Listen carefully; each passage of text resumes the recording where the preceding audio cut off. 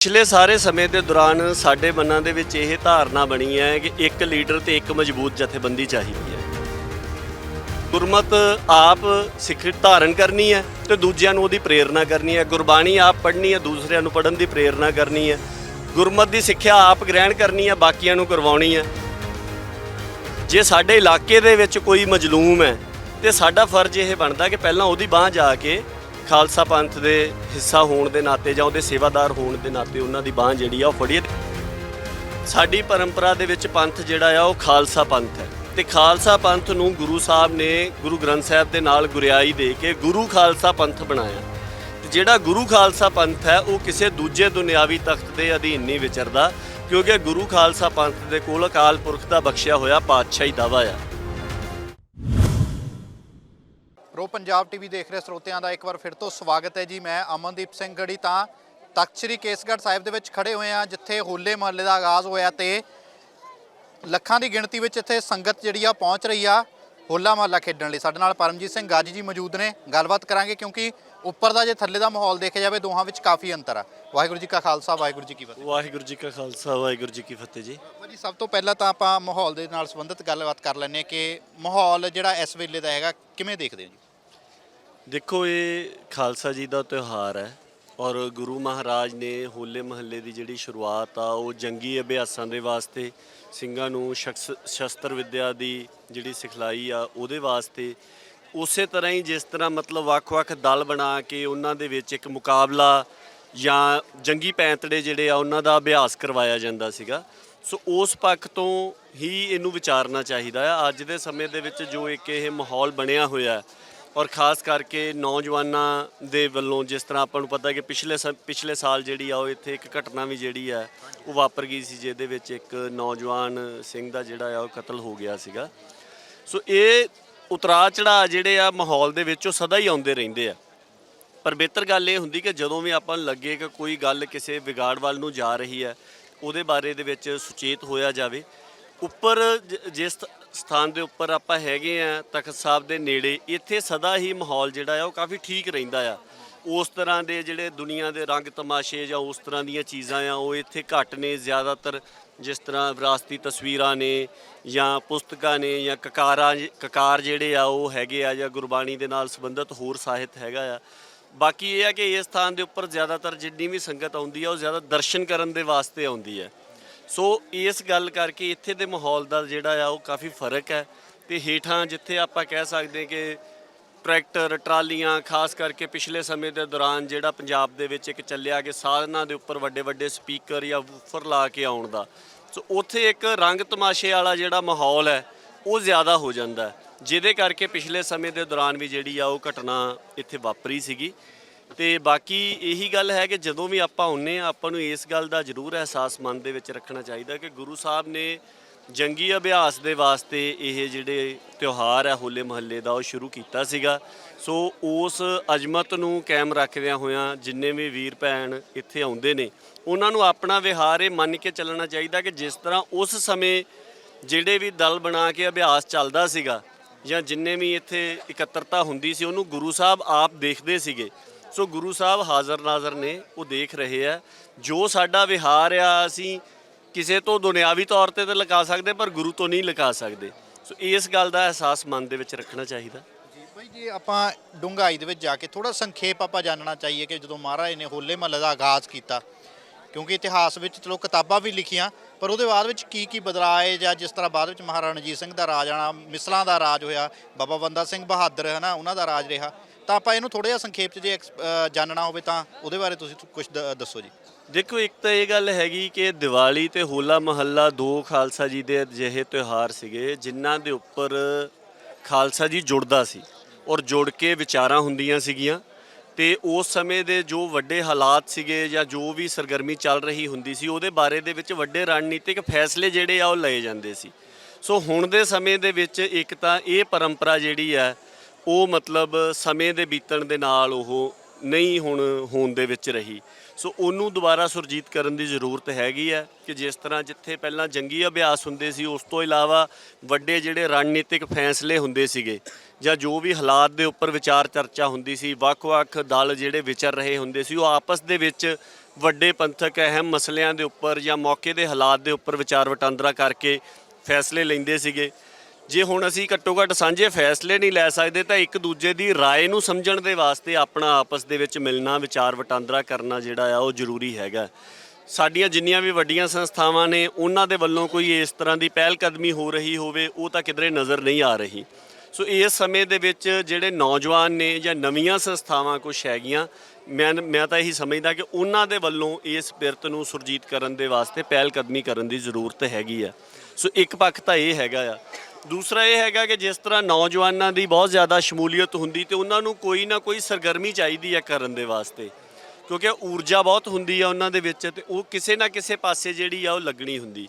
ਸੋ ਉਹਦੇ ਵਾਸਤੇ ਇਹ ਵੀ ਚਾਹੀਦਾ ਕਿ ਇੱਥੇ ਕੁਝ ਨਾ ਕੁਝ ਇਸ ਤਰ੍ਹਾਂ ਦੇ ਬੰਨ ਨੂੰ ਜਿਹੜੇ ਆ ਉਹ ਜ਼ਰੂਰ ਬੰਨੇ ਜਾਣ। ਜਿਸ ਤਰ੍ਹਾਂ ਉੱਪਰ ਆਪਾਂ ਦੇਖਦੇ ਆ ਤਾਂ ਇੱਥੇ ਕੋਈ ਦਸਤਾਰਾਂ ਦੀ ਸਿਖਲਾਈ ਦਾ ਹੈਗਾ ਆ, ਜਾਂ ਦਸਤਾਰਾਂ ਸਜਾਉਣ ਦਾ ਹੈਗਾ ਆ, ਜਾਂ ਕੇਸ ਦਾੜੇ ਜਾਂ ਰੋਮਾਂ ਦੀ ਬੇਅਦਬੀ ਨਾ ਕਰਨ ਦਾ, ਕੇਸ ਸੰਭਾਲਣ ਦੇ ਪ੍ਰਣ ਕਰਨ ਦਾ। ਇਸ ਤਰ੍ਹਾਂ ਦੀ ਬਹੁਤ ਸਾਰੀ ਸਰਗਰਮੀ ਜਿਹੜੀ ਆ ਉਹ ਇਸ ਚੌਗਿਰਦੇ ਦੇ ਵਿੱਚ ਉੱਪਰ ਦਿਸਦੀ ਆ। ਪਰ ਜਦੋਂ ਆਪਾਂ ਇਹਦੇ ਤੋਂ ਬਾਹਰ ਚਲੇ ਜਾਂਦੇ ਆ, ਹੇਠਾਂ ਚਲੇ ਜਾਂਦੇ ਆ ਜਾਂ ਬਾਕੀ ਸਾਰਾ, ਕਿਉਂਕਿ ਹੋਲਾ ਮਹੱਲਾ ਜਿਹੜਾ ਇਹ ਲਗਭਗ ਸਾਰੇ ਪੰਜਾਬ ਤੋਂ ਔਰ ਬੜੀ ਦੂਰ ਦੂਰ ਤੋਂ ਸੰਗਤ ਆਉਂਦੀ ਹੈ। ਸੋ ਪੰਜਾਬ ਦੇ ਵਿੱਚ ਜਿਹੜੇ ਵੱਡੇ ਜੋੜ ਮੇਲੇ ਭਰਦੇ ਨੇ ਉਹਨਾਂ ਦੇ ਵਿੱਚੋਂ ਇੱਕ ਹੈ। ਇਹਦਾ ਦਾਇਰਾ ਜਿਹੜਾ ਆ ਖੇਤਰ ਵਾਈਜ਼ ਉਹ ਕਾਫੀ ਜ਼ਿਆਦਾ ਵਿਸ਼ਾਲ ਹੈਗਾ। ਸੋ ਜਦੋਂ ਆਪਾਂ ਇਸ ਘੇਰੇ ਤੋਂ ਬਾਹਰ ਜਾਂਦੇ ਆ ਉੱਥੇ ਇਸ ਤਰ੍ਹਾਂ ਦੀ ਕੋਈ ਵੀ ਸਰਗਰਮੀ ਜਿਹੜੀ ਆ ਉਹ ਨਹੀਂ ਹੈਗੀ।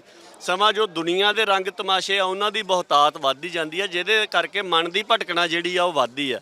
ਸੋ ਇਹਦੇ ਲਈ ਵੀ ਜਿਹੜੀਆਂ ਸਾਡੀਆਂ ਵੱਡੀਆਂ ਸੰਸਥਾਵਾਂ ਨੇ ਉਹਨਾਂ ਨੂੰ ਦੇਖਣਾ ਚਾਹੀਦਾ। ਜੇ ਅਸੀਂ ਚਾਹੁੰਦੇ ਆ ਕਿ ਨੌਜਵਾਨ ਆਪਣੇ ਵਿਹਾਰ ਨੂੰ ਦਰੁਸਤ ਕਰਨ ਤੇ ਕੁਛ ਨਾ ਕੁਛ ਇਸ ਤਰ੍ਹਾਂ ਦਾ ਯਤਨ ਜਿਹੜੇ ਆ ਸ਼ੁਰੂ ਹੋਣੇ ਚਾਹੀਦੇ ਨੇ। ਹੋਰ ਨਹੀਂ ਕੁਛ ਤਾਂ ਮਤਲਬ ਸ਼ਸਤਰ ਵਿੱਦਿਆ ਦੀ ਸਿਖਲਾਈ ਦੇ ਹੀ ਤੁਸੀਂ ਪੜਾਅ ਜਿਹੜੇ ਆ ਉਹ ਲਾ ਸਕਦੇ ਹੋ ਉੱਥੇ। ਹਾਂਜੀ ਜੀ ਬਿਲਕੁਲ ਭਾਜੀ, ਜਿਸ ਤਰ੍ਹਾਂ ਤੁਸੀਂ ਮੁੜ ਸੁਰਜੀਤ ਕਰਨ ਦੀ ਗੱਲ ਕੀਤੀ ਆ, ਜੇ ਆਪਾਂ ਸ਼ੁਰੂਆਤ ਦੇਖ ਲਈਏ, ਕਿਉਂਕਿ ਜੇ ਤਾਂ ਬੰਦਾ ਵੱਡੇ ਪੱਧਰ ਤੇ ਦੇਖੇ ਵੀ ਇੱਕਦਮ ਸਾਰੇ ਇੱਥੇ ਜਿਸ ਤਰ੍ਹਾਂ ਕੁਛ ਨਿਹੰਗ ਸਿੰਘਾਂ ਦੇ ਪੜਾਅ ਹੈਗੇ ਤਾਂ ਉੱਥੇ ਸ਼ਰਦਈਆਂ ਤਿਆਰ ਕਰਦੇ, ਨਿਹੰਗ ਸਿੰਘ ਘੋੜੇ ਬੰਨੇ ਹੋਏ ਨੇ ਜਾਂ ਸ਼ਸਤਰ ਵਿੱਦਿਆ ਦਾ ਜੌਹਰ ਦਿਖਾ ਰਹੇ ਨੇ, ਹੈ ਨਾ। ਪਰ ਜਿਹੜਾ ਜੇ ਆਪਾਂ ਇੱਕ ਪੂਰੇ ਖੇਤਰ ਦੀ ਗੱਲ ਕਰੀਏ ਤਾਂ ਇੱਕਦਮ ਉਹ ਖੇਤਰ ਨੂੰ ਬਦਲਣਾ, ਹੈ ਨਾ, ਉਸ ਰੰਗ ਦੇ ਵਿੱਚ ਖਾਲਸੇ ਰੰਗ 'ਚ ਔਖਾ ਆ। ਤਾਂ ਸ਼ੁਰੂਆਤ ਜੇ ਗੱਲ ਕਰੀਏ ਮੁੜ ਸੁਰਜੀਤੀ ਦੀ ਸ਼ੁਰੂਆਤ ਕਿਵੇਂ ਕੀਤੀ ਜਾ ਸਕਦੀ ਜਾਂ ਕਿਸ ਛੋਟੇ ਜਿਹੇ ਹਿੱਸੇ ਤੋਂ ਸ਼ੁਰੂ ਕੀਤੀ ਜਾ ਸਕਦੀ? ਨਹੀਂ ਦੇਖੋ, ਇਹੀ ਹੈ ਜਿਸ ਤਰ੍ਹਾਂ ਆਪਾਂ ਕਿਹਾ ਕਿ ਜਿੰਨਾ ਇਹ ਵਿਆਪਕ ਖੇਤਰ ਹੈਗਾ ਉਹਦੇ ਵਿੱਚ ਕੋਈ ਸ਼ਸਤਰ ਵਿੱਦਿਆ ਦੇ ਪੜਾਅ ਜਾਂ ਇਸ ਤਰ੍ਹਾਂ ਦੀ ਸਰਗਰਮੀ ਜਿਹੜੀ ਆ ਉਹ ਵਧਾਈ ਜਾਣੀ ਚਾਹੀਦੀ। ਉਹਦੇ ਬਾਰੇ ਦੇ ਵਿੱਚ ਪ੍ਰਚਾਰ ਕੀਤਾ ਜਾਵੇ, ਦੱਸਿਆ ਜਾਵੇ। ਤੇ ਜ਼ਾਹਰ ਜੀ ਗੱਲ ਹੈ ਜੇਕਰ ਕਰਨ ਨੂੰ ਕੁਝ ਬਹੁਤ ਬਿਹਤਰ ਹੋਊਗਾ ਤੇ ਬੜੀ ਵੱਡੀ ਗਿਣਤੀ ਦੇ ਵਿੱਚ ਬੰਦੇ ਜਿਹੜੇ ਆ ਉਹ ਉਸ ਪਾਸੇ ਨੂੰ ਆ ਜਾਂਦੇ ਆ। ਬਾਕੀ ਇਹ ਵੀ ਹੈਗਾ ਕਿ ਲਗਭਗ 100 ਸਾਲ ਪਹਿਲਾਂ ਵੀ ਇਹ ਹੋਲੇ ਮਹੱਲੇ ਦੇ ਵਿੱਚ ਹੀ ਬਹੁਤ ਜ਼ਿਆਦਾ ਮਾਹੌਲ ਜਿਹੜਾ ਉਹ ਖਰਾਬ ਹੋਣ ਦੀਆਂ ਜਿਹੜੀ ਆਪਾਂ ਨੂੰ ਇਤਿਹਾਸ ਦੇ ਵਿੱਚੋਂ ਹਵਾਲੇ ਆ ਉਹ ਮਿਲ ਜਾਂਦੇ ਸੀਗੇ। ਇਸ ਤਰ੍ਹਾਂ ਵੀ ਮਤਲਬ ਇਤਿਹਾਸ ਦੇ ਵਿੱਚ ਦਰਜ ਹੈਗਾ ਕਿ ਬਦਮਾਸ਼ਾਂ ਦੇ ਟੋਲੇ ਇੱਥੇ ਆ ਕੇ ਤੇ ਕਾਫੀ ਜ਼ਿਆਦਾ ਖਰੂਦ ਜਾਂ ਖਰਾਬੀ ਜਿਹੜੀ ਆ ਉਹ ਕਰਦੇ ਸੀ, ਜਿਹਦੇ ਵਿੱਚ ਜਾਣ ਵਾਲੇ ਜਿਹੜੇ ਮਹਾਂਪੁਰਖ ਸੀਗੇ ਉਹਨਾਂ ਦੇ ਵੱਲੋਂ ਫਿਰ 1 ਸਾਲ ਮਿੱਥ ਕੇ 3000 ਵਲੰਟੀਅਰ ਭਰਤੀ ਕੀਤਾ ਗਿਆ। ਔਰ ਜਿਨ੍ਹਾਂ ਨੂੰ ਗੱਲਬਾਤ ਨਾਲ ਸਮਝਾਇਆ ਜਾ ਸਕਦਾ ਸੀ ਉਹਨਾਂ ਨੂੰ ਗੱਲਬਾਤ ਦੇ ਨਾਲ ਸਮਝਾਇਆ। ਜਿਹੜੇ ਬੰਦੇ ਕੋਈ ਬੀਬੀਆਂ ਭੈਣਾਂ ਦੇ ਆਉਣ ਦੇ ਵਿੱਚ ਬਾਧਾ ਬਣਦੇ ਸੀਗੇ ਜਾਂ ਜ਼ਿਆਦਾ ਮਤਲਬ ਇਸ ਤਰ੍ਹਾਂ ਦੀ ਕਿਰਦਾਰੋਂ ਹੀਣੀਆਂ ਗੱਲਾਂ ਕਰਦੇ ਸੀ, ਉਹਨਾਂ ਨੂੰ ਫਿਰ ਉਹਨਾਂ ਨੇ ਜੋ ਖਾਲਸਾਈ ਤਰੀਕਾਕਾਰ ਹੈਗਾ ਆ ਉਹਦੇ ਨਾਲ ਵੀ ਉਹਨਾਂ ਨੂੰ ਮਤਲਬ ਸਬਕ ਜਿਹੜਾ ਉਹ ਸਿਖਾਇਆ ਸੀਗਾ। ਸੋ ਅੱਜ ਦੇ ਸਮੇਂ ਦੇ ਵਿੱਚ ਆਪਾਂ ਚਲੋ ਇਹੀ ਮੰਨਦੇ ਆ ਕਿ ਸਾਰੇ ਸ਼ਰਧਾ ਵਸ ਆ ਰਹੇ ਆ ਤੇ ਉਹ ਸ਼ਰਧਾ ਵਸ ਆ ਰਿਆਂ ਦਾ ਮਾਹੌਲ ਜਿਹੜਾ ਆ ਉਹ ਉਹਨਾਂ ਨੂੰ ਇੱਕ ਸਾਜ਼ਗਾਰ ਦੇਣਾ ਜ਼ਰੂਰੀ ਹੈਗਾ। ਇਹ ਗੱਲ ਵੀ ਜ਼ਰੂਰੀ ਹੈਗੀ ਆ ਕਿ ਜਿੰਨੇ ਵੀ ਜੀ ਇਸ ਬਾਰੇ ਦੇ ਵਿੱਚ ਸੁਚੇਤ ਹੈਗੇ ਆ ਉਹਨਾਂ ਨੂੰ ਕੁਛ ਨਾ ਕੁਛ ਉੱਦਮ ਇੱਥੇ ਜ਼ਰੂਰ ਲਿਖਣਾ ਚਾਹੀਦਾ ਕਿ ਜਿਹਦੇ ਨਾਲ ਹੋਰ ਨਹੀਂ ਕੁਛ ਤੇ ਘੱਟੋ ਘੱਟ ਆਪਣੇ ਆਲੇ ਦੁਆਲੇ ਦੇ ਵਿੱਚ ਤਾਂ ਆਪਾਂ ਇੱਕ ਸਕਾਰਾਤਮਕ ਮਾਹੌਲ ਬਣਾ ਸਕੀਏ। ਜਿੱਦਾਂ ਤੁਸੀਂ ਵੀ ਅੱਗੇ ਗੱਲ ਕਰ ਰਹੇ ਸੀ ਵੀ ਇਹ ਜਿਹੜਾ ਉੱਪਰ ਵਾਲਾ ਇੱਧਰ ਸਾਰਾ ਪੜਾਅ ਹੈਗਾ ਆ ਵੀ ਇਸ ਥਾਂ ਦੇ ਉੱਪਰ ਮਾਹੌਲ ਦਾ ਹੇਠਾਂ ਦੇ ਨਾਲੋਂ ਕਾਫੀ ਜ਼ਿਆਦਾ ਫਰਕ ਹੈ।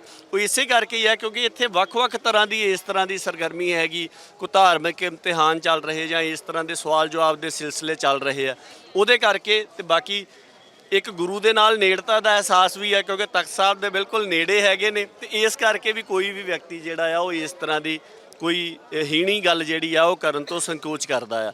ਪਰ ਆਪਾਂ ਨੂੰ ਇਹ ਗੱਲ ਮੰਨਣੀ ਚਾਹੀਦੀ ਕਿ ਜਦੋਂ ਆਪਾਂ ਇਸ ਜੋੜ ਮੇਲੇ ਦੇ ਉੱਪਰ ਆ ਗਏ ਤਾਂ ਆਪਾਂ ਸਾਰੇ ਗੁਰੂ ਦੇ ਉਹਦੀ ਦ੍ਰਿਸ਼ਟੀ ਤੋਂ ਬਾਹਰ ਨਹੀਂ ਵਿਚਰ ਰਹੇ ਹੈਗੇ। ਇਸ ਕਰਕੇ ਸਿਰਫ ਇੱਥੇ ਨਹੀਂ, ਆਪਾਂ ਨੂੰ ਬਾਹਰ ਵੀ ਆਪਣਾ ਵਿਹਾਰ ਜਿਹੜਾ ਹੈ ਉਹ ਠੀਕ ਕਰਕੇ ਰੱਖਣਾ ਚਾਹੀਦਾ। ਭਾਜੀ ਇੱਕ ਸਵਾਲ ਮੇਰਾ ਇਹ ਵੀ ਹੈ ਕਿ ਜਿਸ ਤਰ੍ਹਾਂ ਮੰਨ ਲਓ ਹੋਰ ਜਿਹੜੇ ਤਿਉਹਾਰ ਮਨਾਏ ਜਾਂਦੇ ਆ, ਹੈ ਨਾ, ਤੇ ਜਿਹੜਾ ਉਸ ਵੇਲੇ ਮਹਾਰਾਜ ਨੇ ਹੋਲੇ ਮਹੱਲੇ ਦਾ ਆਗਾਜ਼ ਕੀਤਾ, ਹੈ ਨਾ, ਖਾਲਸਾ ਪੰਥ ਨੂੰ ਇੱਥੇ ਇਕੱਠਾ ਕੀਤਾ, ਹੈ ਨਾ, ਉਹ ਇੱਕ ਖਾਸ ਮੰਤਵ ਸੀ। ਜਾਂ ਉਸ ਵੇਲੇ ਜਿਸ ਵੇਲੇ 22 ਧਾਰ ਦੇ ਰਾਜੇ ਚੜ੍ਹ ਕੇ ਆਉਂਦੇ ਸੀਗੇ ਮਹਾਰਾਜ ਨੂੰ ਲੱਗਦਾ ਸੀਗਾ ਵੀ ਹਾਂ ਇਹ ਟਲਦੇ ਨਹੀਂ ਇੱਦਾਂ ਵੀ ਹੁਣ ਪੰਥ ਨੂੰ ਇਕੱਠਾ ਹੋਣਾ ਪੈਣਾ ਨਾ, ਤਾਂ ਉਹਨਾਂ ਲਈ ਮਹਾਰਾਜ ਨੇ ਆਗਾਜ਼ ਕੀਤਾ।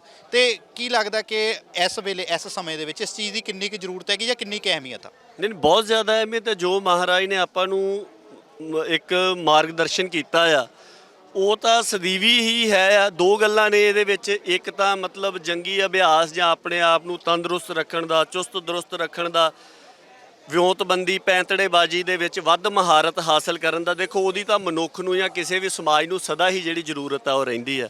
ਦੂਸਰਾ ਜੋ ਸਾਡੀ ਪਰੰਪਰਾ ਦੇ ਵਿੱਚ ਰਿਹਾ ਉਹ ਆਪਸ ਦੇ ਵਿੱਚ ਬੈਠਣ ਦਾ, ਵਿਚਾਰ ਵਟਾਂਦਰੇ ਦਾ ਰਿਹਾ। ਸੋ ਇਹਨਾਂ ਦੋਹਾਂ ਗੱਲਾਂ ਦੀ ਸਦੀਵੀ ਅਹਿਮੀਅਤ ਹੈ ਇਸ ਵੇਲੇ ਬਹੁਤ ਜ਼ਿਆਦਾ ਆ, ਕਿਉਂਕਿ ਇਹ ਦੋਵੇਂ ਗੱਲਾਂ ਸਾਡੇ ਸਮਾਜ ਦੇ ਵਿੱਚ ਹੋ ਨਹੀਂ ਰਹੀਆਂ।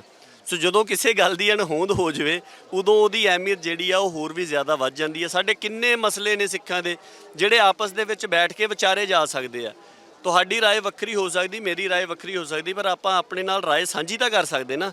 ਸਾਡੇ ਜੋ ਇਹ ਬੰਨ੍ਹਣੂ ਸੀਗੇ, ਚਾਹੇ ਉਹ ਹੋਲੇ ਮਹੱਲੇ ਦੇ ਉੱਪਰ ਸੀਗਾ, ਚਾਹੇ ਬੰਦੀ ਛੋੜ ਦਿਹਾੜੇ ਦੇ ਉੱਪਰ ਸੀਗਾ, ਦੋ ਥਾਈਂ ਅੰਮ੍ਰਿਤਸਰ ਦੇ ਵਿੱਚ, ਅਨੰਦਪੁਰ ਸਾਹਿਬ ਦੇ ਵਿੱਚ ਖਾਲਸਾ ਇਕੱਤਰ ਹੁੰਦਾ ਸੀ। ਉਦੋਂ ਕਿਹੜੇ ਸਿੱਖਾਂ ਦੇ ਆਪਸ ਦੇ ਵਿੱਚ ਕਿਸੇ ਮਸਲਿਆਂ ਦੇ ਉੱਪਰ ਰਾਏ ਵੱਖਰੀ ਨਹੀਂ ਸੀ ਹੁੰਦੀ, ਪਰ ਘੱਟੋ ਘੱਟ ਉਸ ਮੌਕੇ ਉਹ ਬੈਠ ਕੇ ਇੱਕ ਦੂਜੇ ਦੇ ਨਾਲ ਆਪਣੇ ਖਿਆਲਾਂ ਦਾ ਤਬਾਦਲਾ ਕਰਦੇ ਸੀਗੇ। ਅੱਜ ਦੇ ਸਮੇਂ ਦੇ ਵਿੱਚ ਇਹ ਲੋੜ ਇਹ ਜਿਹੜਾ ਬੰਨ ਨੂੰ ਵੱਜਦੇ ਸੀਗੇ ਉਹ ਨਹੀਂ ਹੈਗੇ। ਇਸ ਕਰਕੇ ਇਦਾਂ ਦੇ ਉਦਮ ਕਰਨ ਦੀ ਇਸ ਵੇਲੇ ਜ਼ਰੂਰਤ ਪਹਿਲਾਂ ਨਾਲੋਂ ਵੀ ਜ਼ਿਆਦਾ ਹੈਗੀ ਹੈ। ਜੀ ਭਾਜੀ, ਜਿਸ ਤਰ੍ਹਾਂ ਸਮਾਂ ਕਾਫੀ ਬਦਲ ਗਿਆ, ਹੁਣ ਵੋਟ ਤੰਤਰ ਦਾ ਸਮਾਂ ਆ ਗਿਆ, ਵੋਟ ਪਾ ਕੇ ਲੋਕ ਸਰਕਾਰਾਂ ਚੁਣਦੇ ਨੇ, ਤਾਂ ਇਸ ਸਮੇਂ ਦੇ ਵਿੱਚ ਖਾਲਸੇ ਦੀ ਹੋਂਦ ਨੂੰ ਆਪਾਂ ਕਿਵੇਂ ਦੇਖੀਏ? ਦੇਖੋ ਇੱਕ ਗੱਲ ਤਾਂ ਇਹ ਹੈਗੀ ਹੈ ਵੀ ਜਿਹੜੀਆਂ ਸਰਕਾਰਾਂ ਵੋਟ ਦੇ ਨਾਲ ਚੁਣੀਆਂ ਜਾਂਦੀਆਂ ਨੇ ਉਹਨਾਂ ਦੇ ਕੋਲ ਤਾਕਤਾਂ ਕਿੰਨੀਆਂ ਕੁ ਨੇ ਤੇ ਉਹ ਕਰ ਕੀ ਰਹੀਆਂ ਨੇ, ਇਹ ਦੋ ਗੱਲਾਂ ਜ਼ਰੂਰ ਦੇਖ ਲੈਣੀਆਂ ਚਾਹੀਦੀਆਂ। ਪੰਜਾਬ ਦੇ ਵਿੱਚ ਬੰਦਿਆਂ ਨੇ ਵੋਟਾਂ ਪਾ ਕੇ ਸਰਕਾਰ ਚੁਣੀ ਹੈ, ਉਹਦਾ ਆਪ ਹੀ ਮੁਤਾਲੀਆ ਕਰਕੇ ਦੇਖ ਲੈਣ ਕਿ ਉਹ ਮਤਲਬ ਪੰਜਾਬ ਦੇ ਵੱਡੇ ਮਸਲੇ ਉੱਠੇ ਨੇ। ਕਿਸਾਨੀ ਦਾ ਮਸਲਾ ਹੀ ਉੱਠਿਆ ਆ, ਉਹਦੇ ਵਿੱਚ ਉਹ ਕਿੱਦਾਂ ਲਾਚਾਰਾਂ ਵਾਂਗੂ ਇੱਕ ਸਥਿਤੀ ਦੇ ਵਿੱਚ ਹੈਗੀ ਆ। ਮੁੱਖ ਮੰਤਰੀ ਦਾ ਕਹਿ ਰਿਹਾ ਜੀ ਦੇਖੋ ਮੇਰੀ ਤਾਂ ਗੱਲ ਮੀਟਿੰਗ ਕਰਵਾਉਣ ਤੱਕ ਸੀਗੀ ਜਾਂ ਹੋਰ ਸੀਗੀ, ਹੈ ਨਾ।